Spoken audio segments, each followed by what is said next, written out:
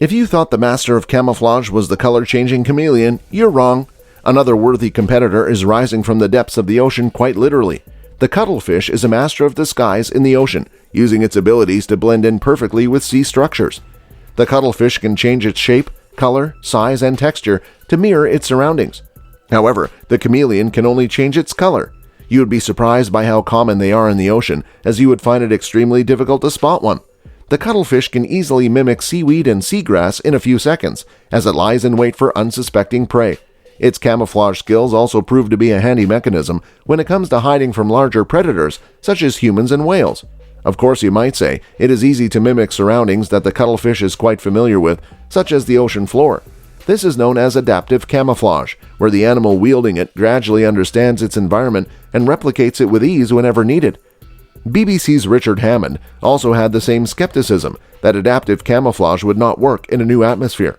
So in BBC's Richard Hammond's Miracles of Nature, it was decided to test if the cuttlefish could disguise itself well in a new environment with no familiar patterns.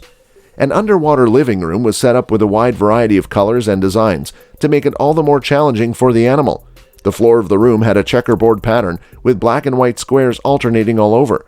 The wall was made up of yellow and blue alternating stripes. The room also had a sofa with a very old-school grainy pattern that comprised multiple colors.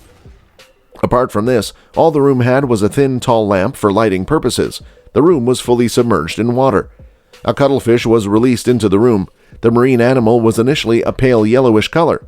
The goal of the experiment was to check if the cuttlefish could successfully replicate any of the complex patterns in the room, which one cannot find in the ocean. Ocean floors and seaweed are easy to blend in, as they do not have any defined or uniform patterns. They are just randomly scattered, and the cuttlefish takes advantage of it, just like a chameleon takes advantage of monochrome surfaces with a single color and little to no designs. The initial hypothesis was that the cuttlefish will not be successful. It might vaguely imitate the colors, but not the pattern. However, Richard Hammond was confident that any human might be able to camouflage himself better than the attempt that the cuttlefish would make. The rest of the BBC crew agreed as well. The cuttlefish floated around the room for a few minutes, unsure whether it should be camouflaging or not. It then noticed all the humans staring at it and decided to hide. It went straight for the most difficult pattern, the checkerboard floor. The yellow cuttlefish settled on the room's floor and started moving around gradually. Richard Hammond began noticing how the cuttlefish's back was slowly changing color. It was becoming darker and darker, and a light veiny pattern also began to appear. Soon the cuttlefish's back was fully black and coated with white vein-shaped lines. It was trying to recreate the colors of the floor, but not the pattern. As time passed, the cuttlefish began to look more like a zebra in its color. Even if it could not accurately mimic the square pattern of the floor, it had gotten the colors perfectly right. One would be surprised to find out that the original color of the cuttlefish was a mild yellow. It had changed its color completely. The cuttlefish soon realized its efforts were futile, as it did not have the inbuilt mechanism to recreate a pattern that comprised perfect lines and evenly divided squares. The intelligence of the animal to know when to give up and try something else is a feature that we cannot unfortunately find in many humans.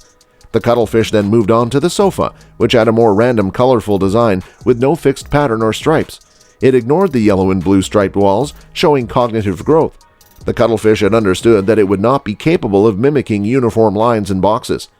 This level of intellect is quite uncommon among marine animals, except for the octopus and the dolphin.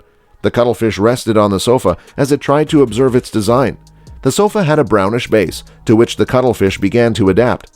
First, its color started to change, especially on its back and snout. Soon it was the same color as the sofa. Next, it started imbibing the pattern, a randomly scattered design of colors. Finally, the cuttlefish's back began to let go of the white veins as it took on more yellowish colors. The cuttlefish had less of a hard time trying to mimic the sofa compared to the floor as it quickly transitioned its body. Richard Hammond noticed that the cuttlefish was not camouflaging based on the pattern that it could see in front of it. Instead, the cuttlefish was observing the pattern underneath it and trying to recreate it. What do you think of the cuttlefish's camouflage abilities? Do you think it could have become a checkerboard if Richard had given it more time? Let us know all your thoughts in the comments down below.